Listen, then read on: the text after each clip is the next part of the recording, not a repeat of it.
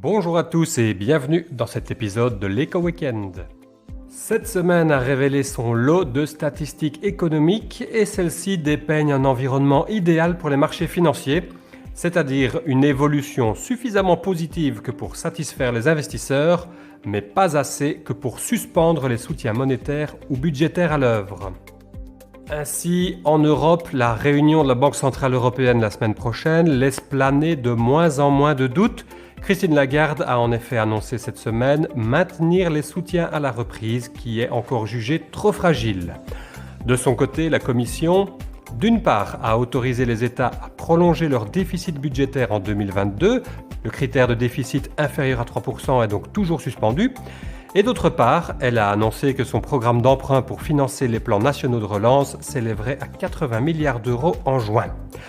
Ces soutiens cadrent avec les données d'inflation qui sont en hausse comme c'était attendu, mais une hausse modérée comme le montre le graphique qui apparaît à l'écran, surtout si on regarde l'indice Core qui exclut les éléments volatiles tels que l'énergie et l'alimentation.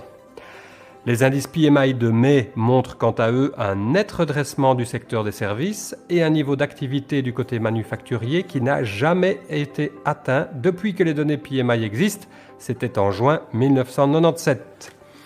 Il y a toutefois peu de chances qu'on aille beaucoup plus haut puisque, de façon généralisée, le secteur manufacturier est toujours freiné par des pénuries et des hausses des matières premières. Ainsi, on voit cet indicateur PMI manufacturier plafonner en Europe et aux États-Unis et même légèrement régresser en Chine. Ceci et la belle performance la semaine passée peut expliquer le léger tassement des actions chinoises cette semaine. Les États-Unis sont toujours en avance dans le cycle économique et donc la pression sur la Fed est nettement plus forte que sur la Banque Centrale Européenne. Ainsi, après les données sur l'inflation préoccupantes de la semaine passée, les investisseurs ont été rassurés des données de création d'emplois décevantes qui confirment le besoin de soutien à l'économie. Ceci dit, avec plus de 550 000 nouveaux emplois créés en mai, on est loin d'une grosse déception. D'ailleurs, si la tendance se confirme, l'annonce d'un programme de retrait des mesures de soutien monétaire pourrait intervenir cet été. Maintenant, d'autres éléments du rapport sur l'emploi, les salaires en hausse, qui peuvent indiquer une raréfaction de la main-d'œuvre, mais aussi la revalorisation récente des bas salaires en hausse, et le taux de participation qui lui reste stable et indique donc que l'augmentation des emplois n'est pas suffisante, eh bien ces autres paramètres empêchent de se projeter beaucoup plus en avant à ce stade. Notons qu'un deuxième facteur de pression sur les actions chinoises émane des États-Unis.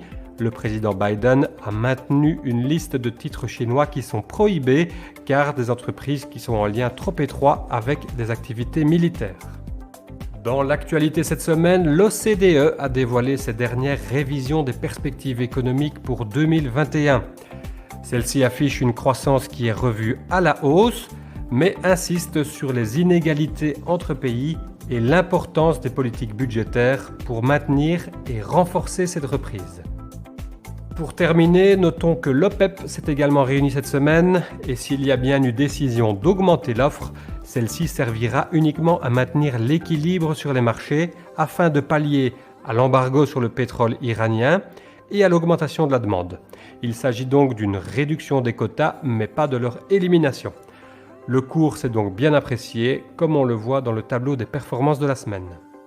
C'est ici que se termine cet Eco Weekend, j'espère que vous l'avez apprécié. Je vous donne rendez-vous le week-end prochain pour un nouvel épisode et d'ici là je vous souhaite un bon week-end et une très bonne semaine.